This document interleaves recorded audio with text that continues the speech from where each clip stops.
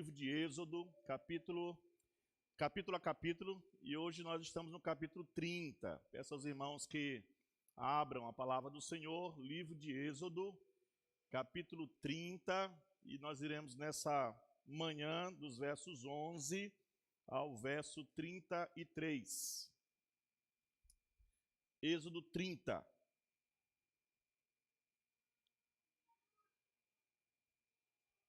Antes da gente ler, deixar eu pensar algumas coisas com vocês. Tem momentos em que Deus ele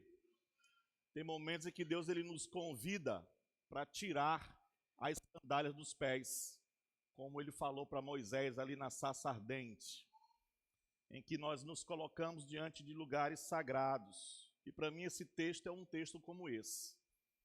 Momentos em que ele não apenas fala conosco, mas que ele assim nos atrai para mais perto da glória dele.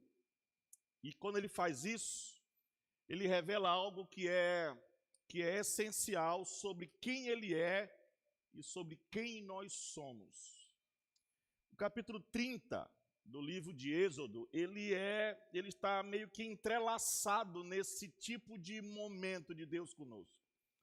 Ele não nos apresenta uma narrativa aí cheia de emoções ou de milagres visíveis. Não, o texto de Êxodo 30 não é nada disso. Pelo contrário, ele trata de instruções. Ele apresenta para nós instruções aparentemente técnicas, meio detalhistas, às vezes até aparentemente repetitivas aos olhos modernos dos homens, né?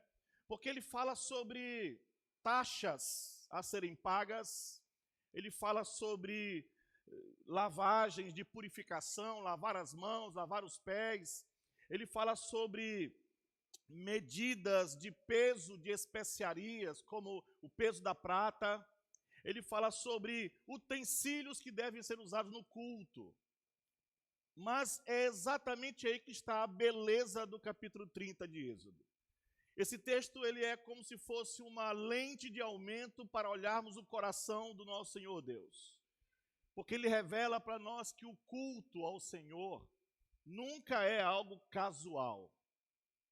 Que estar na presença de Deus não pode ser tratado por nós de forma leviana. E que a vida diante do Altíssimo é uma vida que exige um povo redimido, um povo purificado e um povo consagrado. Então aqui, Deus ele está moldando um povo sacerdotal. Um povo que será uma nação santa e um povo de propriedade exclusiva do Senhor, que deve aprender a viver a vida em resposta à santidade de Deus. Quando estamos diante da santidade de Deus, qual é a resposta que temos que dar? E talvez essa seja a grande crise da nossa geração.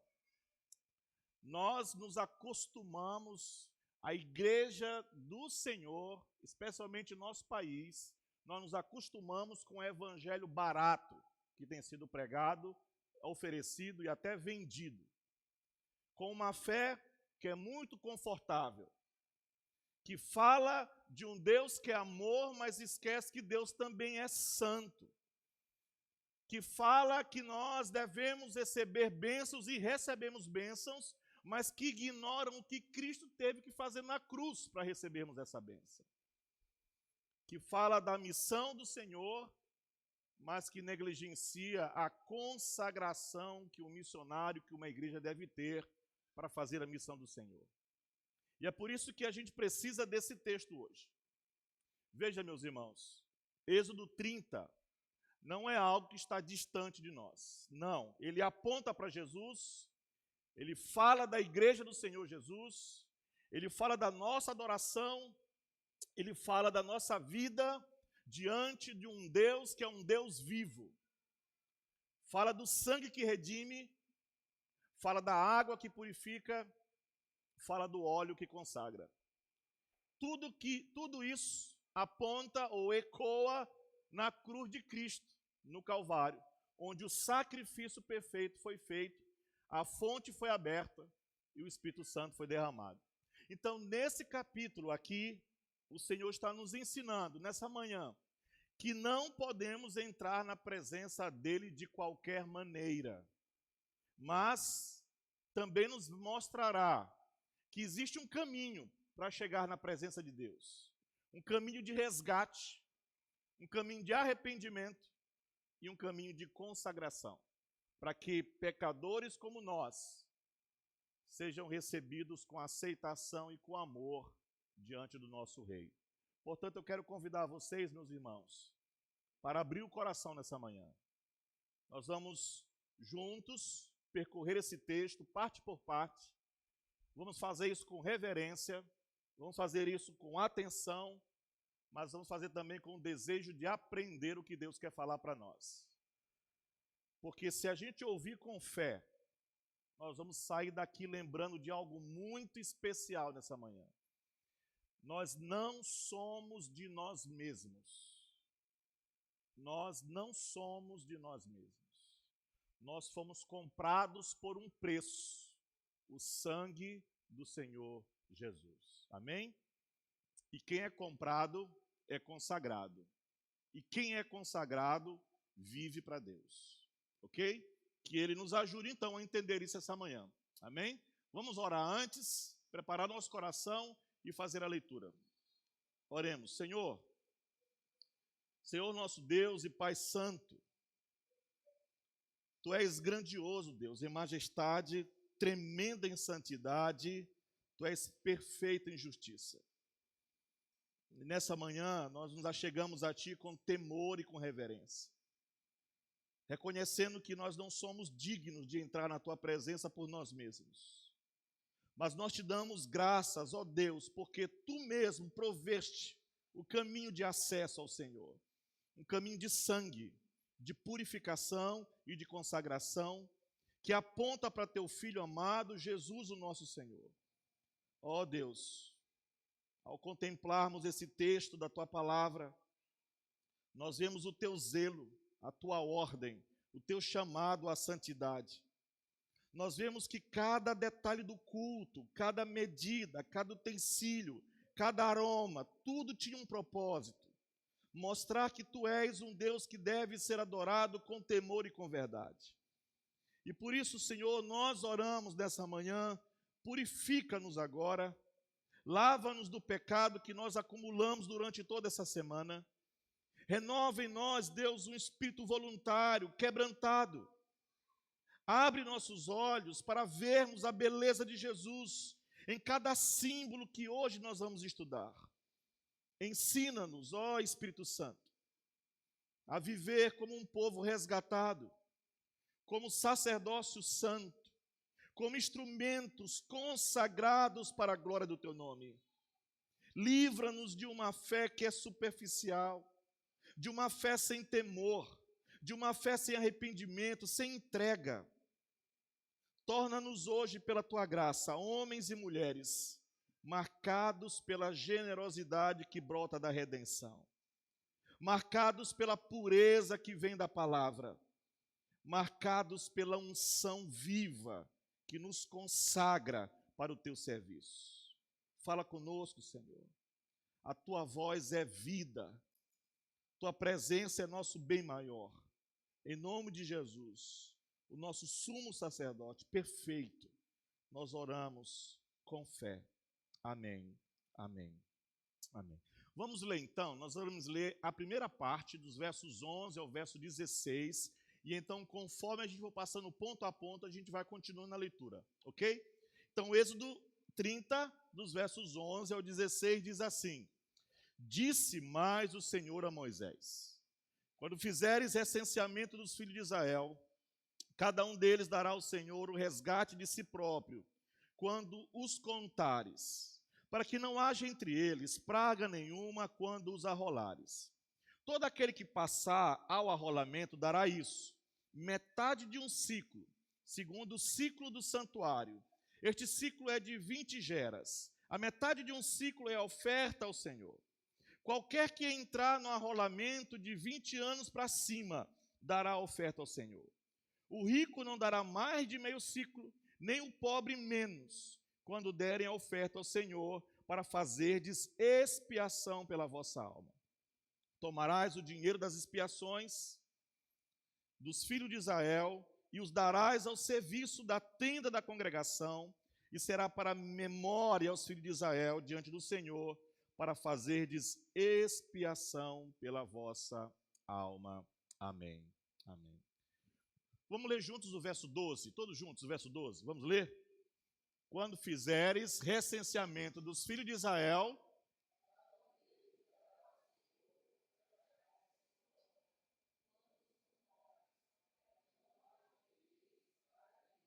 quando os arrolares.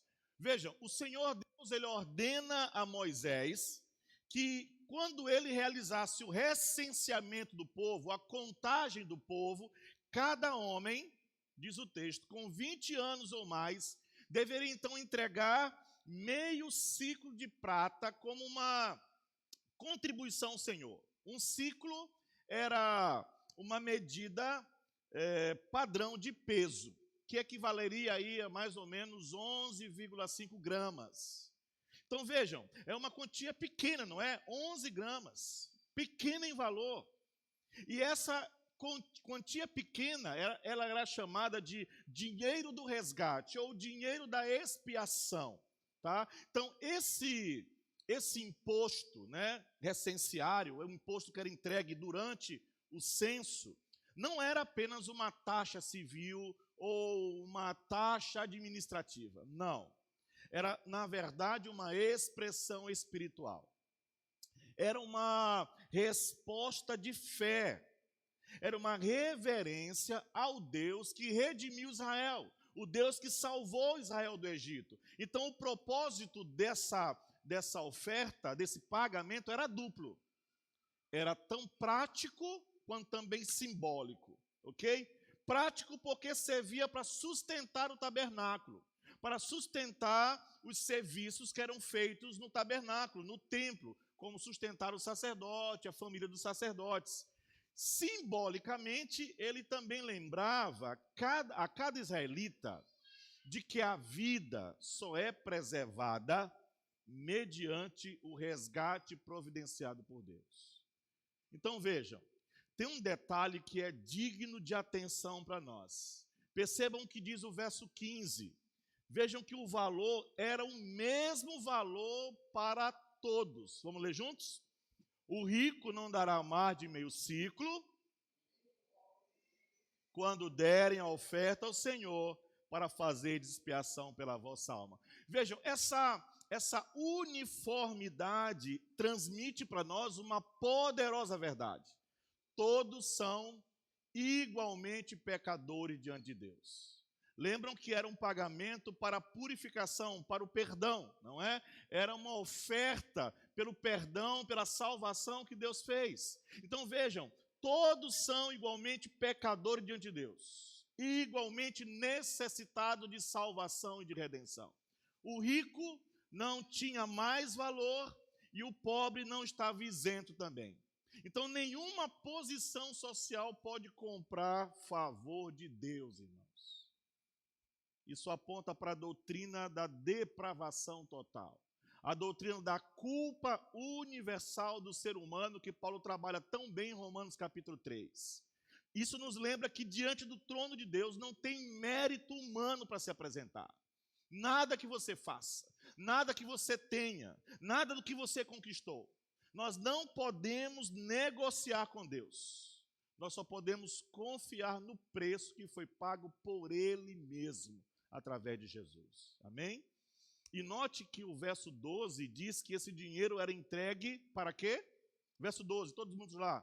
Bota na tela aqui, corta para mim. Não é? Verso 12. O que diz aí?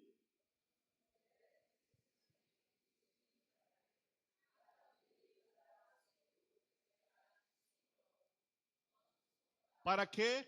Para que não haja entre eles praga nenhuma. Então vejam que a entrega era vista como uma forma de intercessão, não é? Uma forma de oração simbólica. Era uma maneira de reconhecer que a vida do povo dependia inteiramente de Deus. Quem não entregava, colocava-se fora da provisão divina, da proteção do Senhor.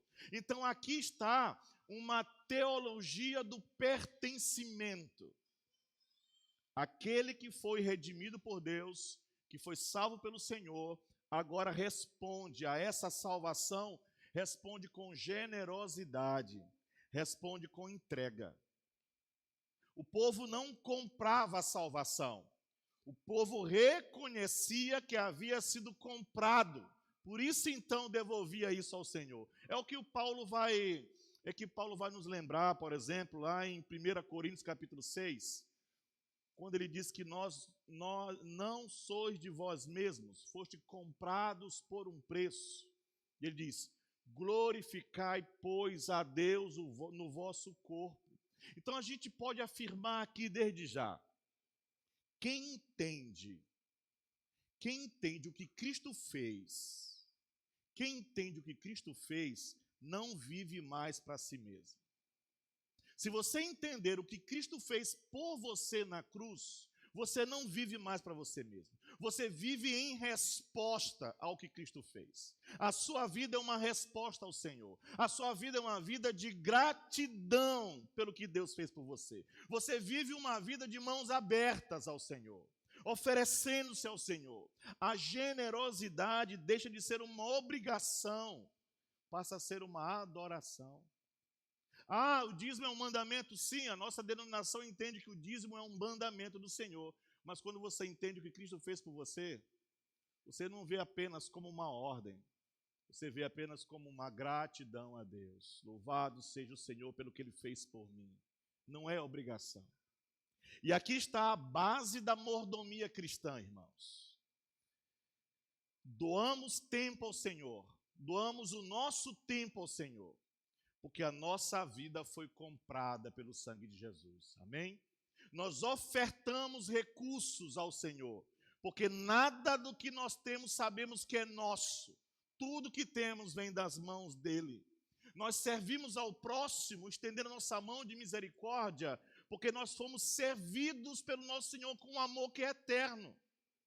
Então vejam, o meio ciclo de cada homem sustentava o culto no tabernáculo. Hoje o povo de Deus sustenta a missão, sustenta o culto, sustenta a obra do reino com o mesmo espírito deles. A gente faz isso por amor àquele que nos resgatou. Amém?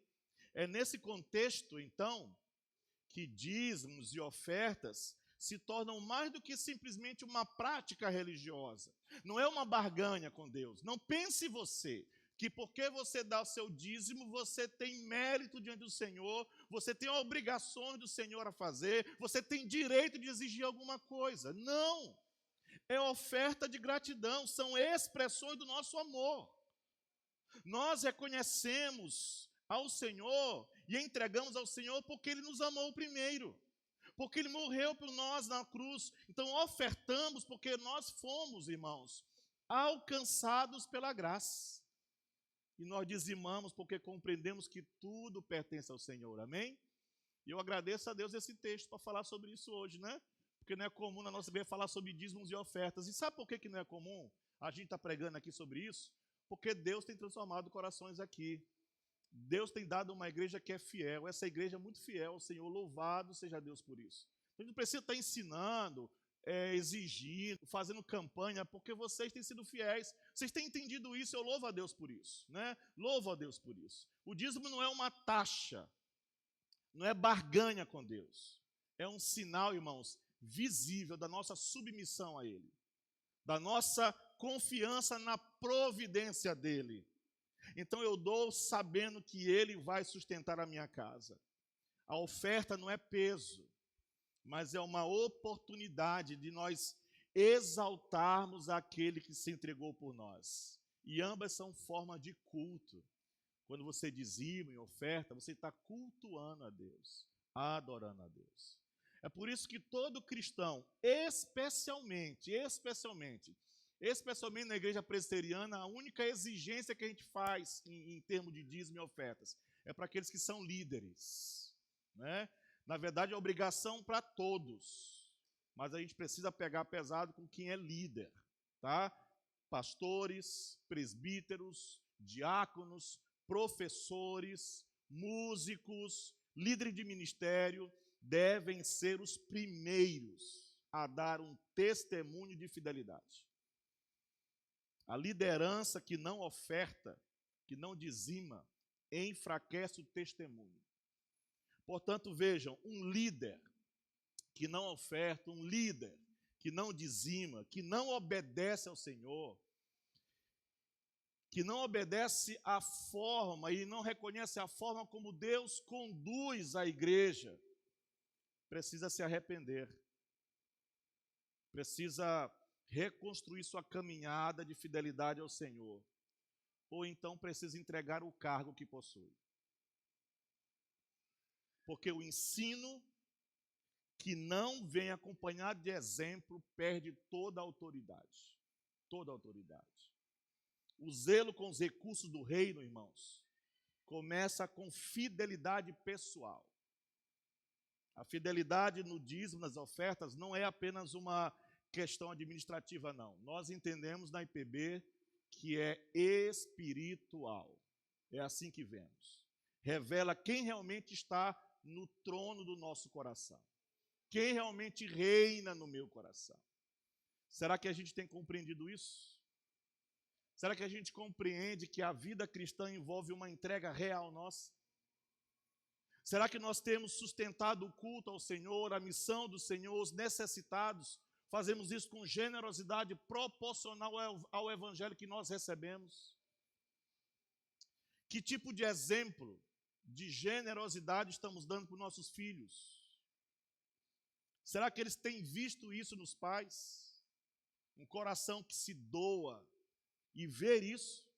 Será que existe aí uma cultura de doação ou de retenção?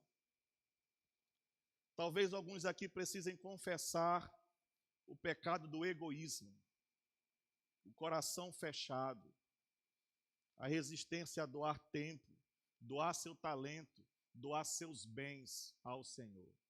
Generosidade é o termômetro da gratidão, irmãos. E onde há evangelho de verdade, existe entrega, confiança no Senhor.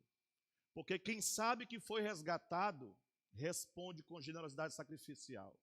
Porque quem muito foi perdoado, muito ama, diz o Evangelho de Lucas. Mas não é apenas com as mãos que a gente responde a Deus. A gente responde também com o coração. E o texto continua, e ele nos mostra que além do dinheiro da expiação, havia a água da purificação. Porque todo aquele que se aproxima do Senhor precisa reconhecer, ainda tem muita sujeira no meu coração.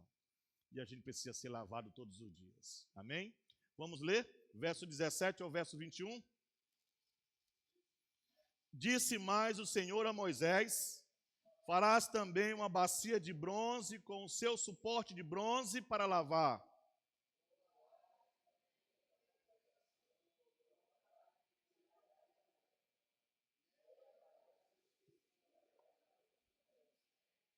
Quando entrarem na tenda da congregação, lavar-se-ão com água para que não morram, ou quando se chegarem ao altar para ministrar, para acender a oferta queimada ao Senhor.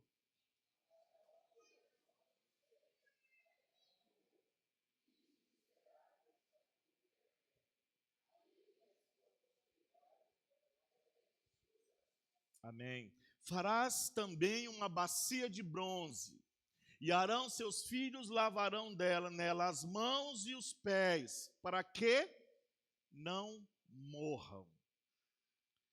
O Senhor ordena que uma bacia de bronze seja feita, colocada ali entre o altar e a tenda da congregação, e essa pia, ela ia conter água, e os sacerdotes deveriam ali lavar as mãos e os pés nela antes de ministrarem ao Senhor. Então não era apenas uma questão de higiene física, deu para entender? Mas era uma exigência espiritual e simbólica aqui.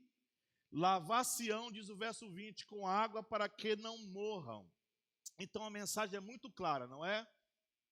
Ninguém pode se aproximar de um Deus que é santo com impureza. O serviço sacerdotal, o serviço do sacerdote só poderia ser realizado após uma purificação cerimonial. Essa bacia, ela representa, simboliza a santidade de Deus. Simboliza a necessidade de um coração limpo diante de Deus. E os sacerdotes já haviam sido consagrados anteriormente. Mas todas as vezes que iam, então, servir no templo, eles precisavam de lavagens repetidas. Por quê? Porque o pecado é persistente e diário em nossas vidas. Essa realidade aponta para algo que o próprio Jesus ensina para nós em João capítulo 13, verso 10. Aquele que já se banhou não necessita de lavar senão os pés. Ou seja, quem já foi justificado precisa ainda, dia a dia, de uma constante purificação na caminhada diária. O arrependimento não é apenas um ponto de partida da vida cristã, irmãos. Arrependimento é um ritmo contínuo da nossa história. Todos os dias, todos os dias. A bacia de bronze nos lembra que mesmo aqueles que são consagrados ao ministério também se sujam. Pastores, presbíteros, líderes, mesmo os ministros precisam se lavar todos os dias.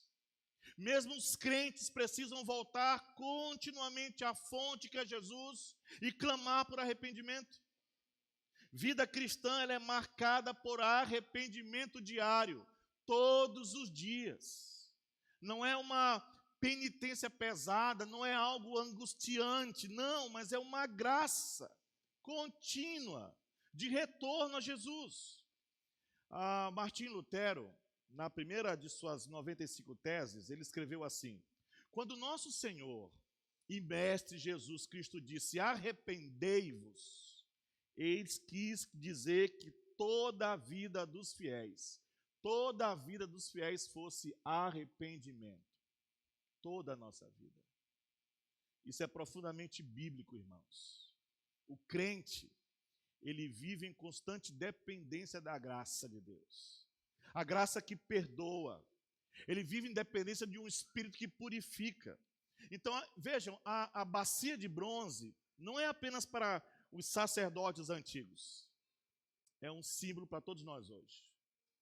Nós precisamos parar diante dessa bacia todos os dias. A gente precisa confessar. A gente precisa chorar. A gente precisa clamar.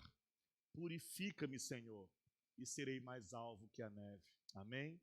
Precisamos lembrar que Jesus é a nossa bacia de bronze. Ele é a nossa bacia de bronze viva. Ele é aquele que nos lava com a palavra. Ele é aquele que nos apresenta limpos diante do Senhor. Mas vejam, o texto nos adverte. Ele diz, para que não morram. Para que não morram. Isso nos lembra que servir a Deus sem se purificar é perigoso demais. Isso nos lembra que servir a Deus sem purificação é perigoso demais. Não é aceitável viver com pecados ocultos e seguir, por exemplo, cantando no louvor. Não é aceitável viver com pecados ocultos e, por exemplo, subir no púlpito para pregar a palavra de Deus. Não é aceitável viver em pecados ocultos e seguindo, administrando uma igreja, fazendo o serviço do Senhor da igreja. Não. Não é aceitável pregar, não é aceitável cantar, não é aceitável liderar, não é aceitável nem sentar nos bancos da igreja com o coração endurecido, não arrependido, sem quebrantamento. É perigoso, porque nós estamos diante de um Deus que é santo, amém? A presença de Deus é santa, o culto é santo, o povo é chamado à santidade. Só tem um caminho: arrependimento sincero, diário, humilde. Porque todos pecam aqui, não é? Todos pecam aqui. Todos os dias pecamos aqui, todos os dias. Mas se viemos para cá, servir ao Senhor, louvar a Deus, sem arrependimento sincero, corremos um risco muito grande. Então a pergunta é: como está a sua vida com Deus? Como está a sua vida devocional com Deus? Será que nós temos nos aproximado de Deus com corações lavados? Será que temos buscado preservar a nossa casa, a nossa família diante do Senhor? Ou nós temos deixado acumular sujeira sem confessar? Queridos irmãos, que aqui em nossa igreja são líderes, músicos, professores, diáconos, presbíteros, líderes de ministérios. Será que nós temos lavado nossos pés antes de tocar nas coisas santas do Senhor? Meus irmãos, será que nós temos ensinado uns aos outros a viver em arrependimento? Ou apenas cobrando desempenho dos outros sem aparência verdadeira? A pia de bronze, a bacia de bronze ainda está no caminho entre o altar e o santo lugar. E todo aquele que deseja servir precisa se lavar. E que a nossa oração seja como a do leproso: Senhor, se quiseres, tu podes purificar-me. Amém? Mas tem mais aqui. Porque o caminho do resgate, da purificação, nos conduz a algo glorioso. Nos leva à consagração. Deus não apenas nos lava, Deus nos separa para Ele, amém? Separa para Ele. Deus nos unge, nos consagra com seu Espírito, e Ele nos envia então com um propósito. Então assim, o texto sagrado vai nos levar agora a uma outra verdade: o óleo sagrado da unção. E ele revela que o crente, ele não apenas é alguém que é perdoado, mas o crente também é alguém que é consagrado para viver exclusivamente para a glória de Deus. Amém? Vamos seguir com a leitura então, verso 22 ao verso 33. Disse mais o Senhor a Moisés, todos juntos: Tu, pois, toma das mais excelentes especiarias, de mirra fluida, 500 ciclos, de cinamomo odoroso a metade, a saber, 250 ciclos, e de cálamo aromático, 250 ciclos, e de cássia maravilhosa, não é? 500 ciclos, né? Segundo o ciclo do santuário, e de azeite de oliveira, 1 rim. Disto farás o óleo sagrado para unção, o perfume composto segundo a arte do perfumista. Este será o óleo sagrado da unção. Com ele ungirás a tenda da congregação e a arca do testemunho, e a mesa com todos os seus utensílios, e o candelabro com seus utensílios, e o altar do incenso, e o altar do holocausto com todos os utensílios, e a bacia com seu suporte. Assim consagrarás estas coisas, para que sejam santíssimas. Tudo que tocar nelas será santo. Também ungirás Arão e seus filhos, e os consagrarás para que me oficiem como sacerdotes. Dirás aos filhos de Israel: este me será o óleo sagrado da unção nas vossas gerações. Não se ungirá com ele o corpo do homem que não seja sacerdote, nem farás outro semelhante da mesma composição. É santo e será santo para vós outros. Qualquer que compuser óleo igual a este, ou dele puser sobre um estranho, será eliminado do seu povo.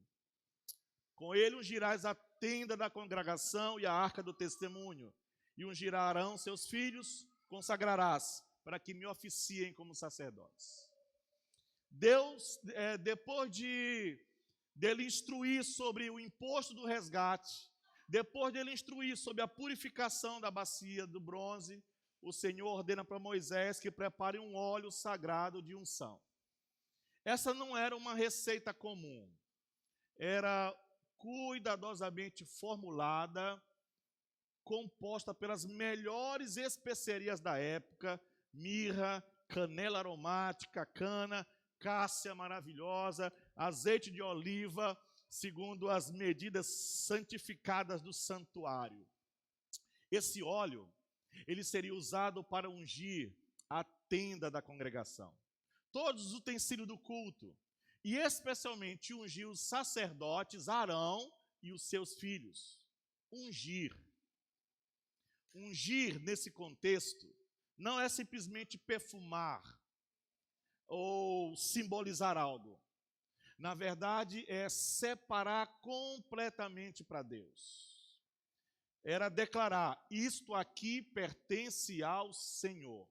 E isso não pode ser usado para qualquer outra coisa que não seja para o Senhor.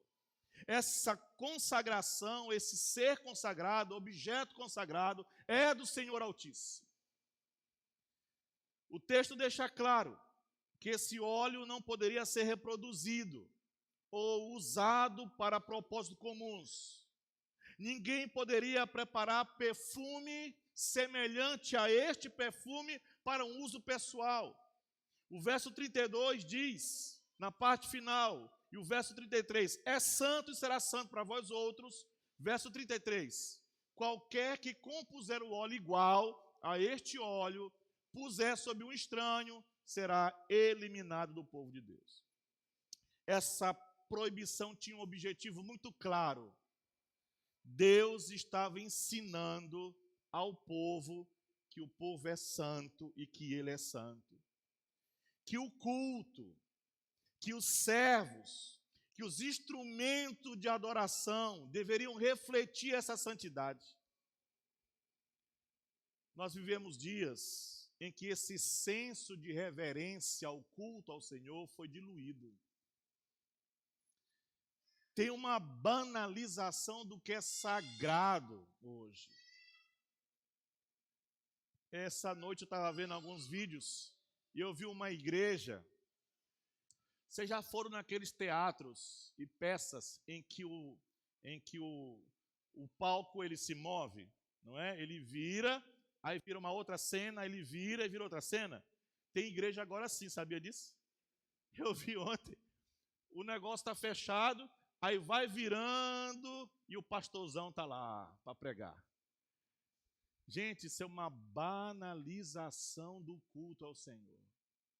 Chamar a atenção para outra coisa que não seja o Deus desse lugar. Essa proibição tinha um objetivo muito claro. Vivemos dias assim. Esse texto nos convida a recuperar algo que é essencial na vida cristã. A consciência de que fomos separados para Deus. E por isso não podemos usar as coisas do Senhor, a nossa vida, para o mundo. A unção, portanto, nos lembra aqui que a vida do crente ela é separada, ela é marcada, ela é reservada para o serviço ao Senhor. Como disse Paulo lá no livro dos Romanos, né? Apresentai os vossos corpos como o quê? Sacrifício vivo, santo e agradável ao Deus, que é o vosso culto racional. Então, quando a gente olha para o Novo Testamento, por exemplo, a gente compreende que essa unção, essa consagração simbólica, ela é cumprida plenamente na ação do Espírito Santo sobre o povo de Deus. O óleo da unção, ela aponta para o que seria realizado espiritualmente lá na nova aliança. O Espírito Santo seria derramado não apenas sobre sacerdotes, mas sobre todos aqueles que creem, como disse o profeta Joel e como acontece em Atos capítulo 2. Viria não apenas para consagrar, mas veio para habitar, para capacitar. Não seria mais um óleo sobre a pele, mas a presença de Deus no coração do crente. Então Paulo diz em 2 Coríntios capítulo 1, verso 21 e 22, mas aquele que nos confirma convosco em Cristo, que nos ungiu é Deus, o qual também nos selou e nos deu o penhor do Espírito em nossos corações. Amém? Cada cristão, quando nasce de novo, recebe essa unção. Não são os pastores que são ungidos. É a igreja de Jesus que é ungida, amém?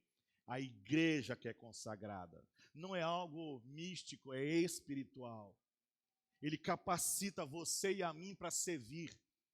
Ele capacita você e a mim para discernir as coisas. Ele capacita você e a mim para resistir ao pecado, para viver como testemunho fiel de Cristo nesse mundo. Então, tudo que vemos em Êxodo 30 se cumpre perfeitamente na pessoa do nosso Senhor Jesus, porque Ele é o ungido de Deus, Ele é o Messias, Ele é o Cristo, e esses nomes da sua raiz é ungido. Jesus não foi ungido com óleo humano, mas com o próprio Espírito Santo. Atos capítulo 10, verso 38.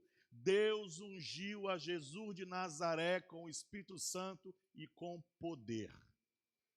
E ele não precisou de purificação como os sacerdotes, porque nele não havia pecado.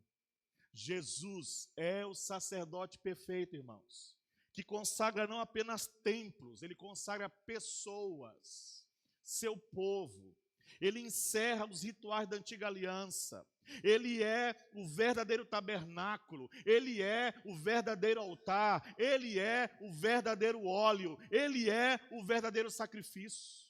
E na sua obra ele consagra seu povo, fazendo do seu povo, fazendo de todos nós, sacerdotes espirituais que vivem para a glória do Deus Altíssimo. Amém? Todos nós. Então, ao sermos unidos em Jesus, nos tornamos participantes da sua unção. E Paulo, então, vai nos dizer de forma preciosa, lá em 2 Coríntios, capítulo 2, verso 15, porque nós somos para com Deus o bom perfume de Cristo.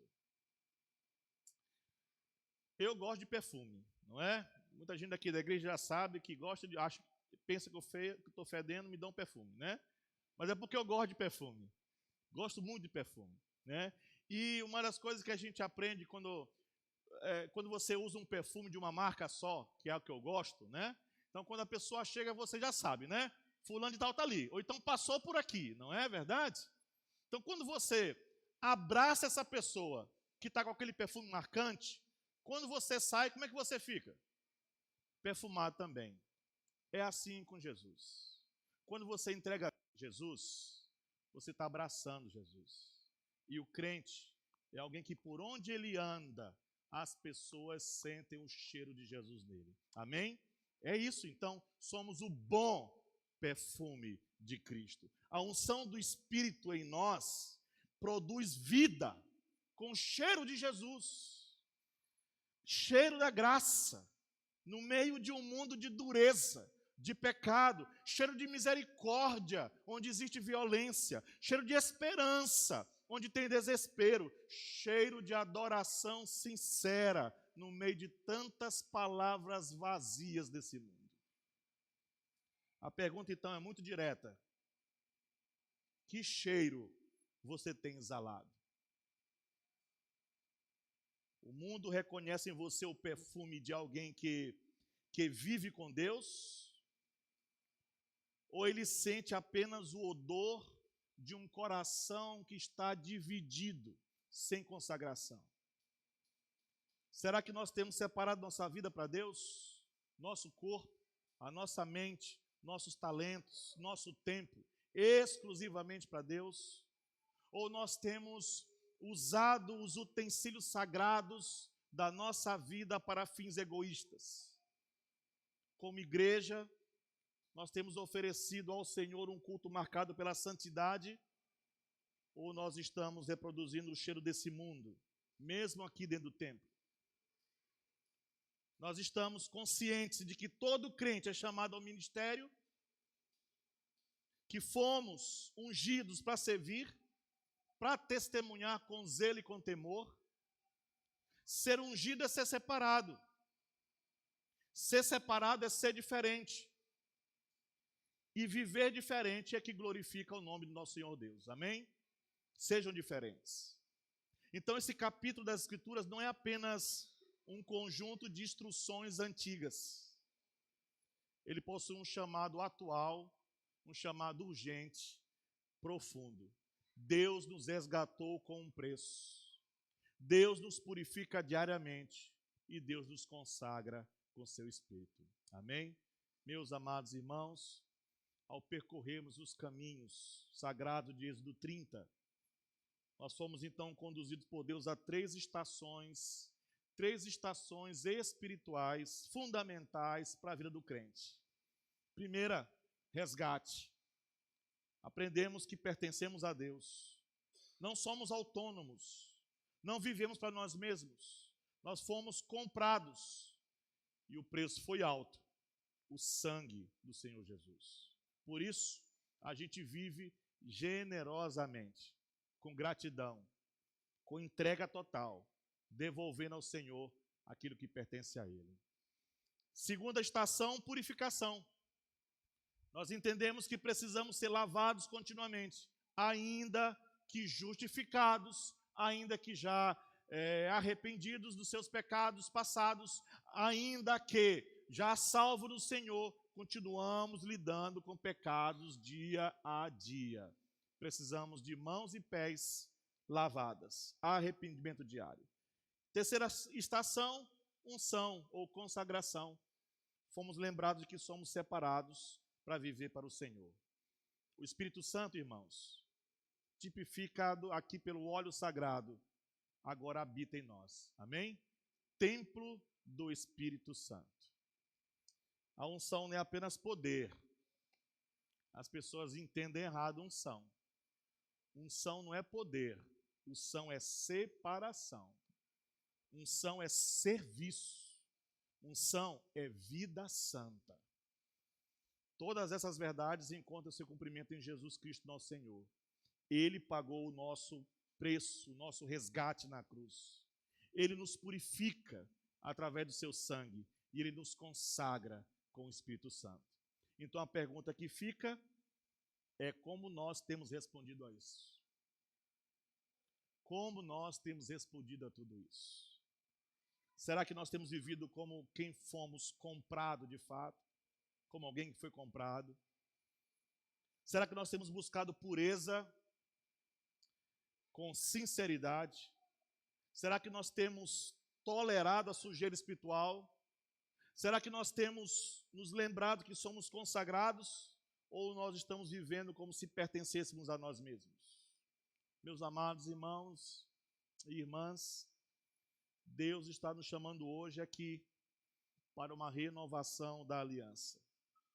Deus está nos chamando aqui para lembrar quem somos, a quem nós pertencemos. Deus está nos chamando aqui nessa manhã para que nós lembremos quem somos e a quem pertencemos, para abandonar a nossa vida superficial e viver com santo temor, com alegria e com consagração. A sermos de fato um povo que exala o bom perfume de Cristo.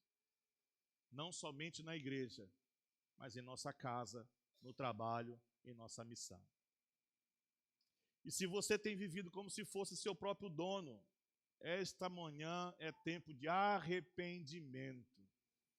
Arrependa-se. Se a sua vida está marcada pela impureza do mundo e não pela pureza da palavra, volte-se hoje para a fonte que é Jesus. Se você tem tratado como comum aquilo que Deus já santificou, consagre-se novamente. E se você está cansado, ferido, sujo, distante, ouça nessa manhã o chamado do Senhor. Eu, o Senhor, te resgatei. Eu, o Senhor, te lavo.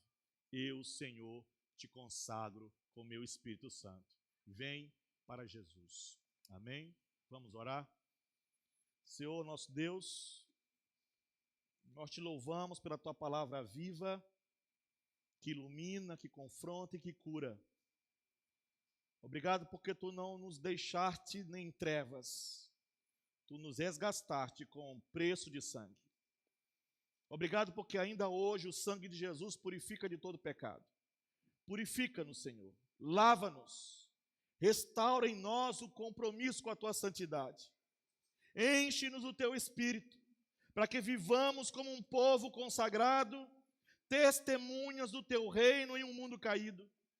Faz-nos generosos, como quem foi resgatado, puros, como quem foi lavado, consagrados, como quem foi ungido. Tudo para a glória de Jesus, o nosso Redentor, sacerdote e Rei. Em nome dele oramos. Amém e amém e amém. Vamos colocar de pé.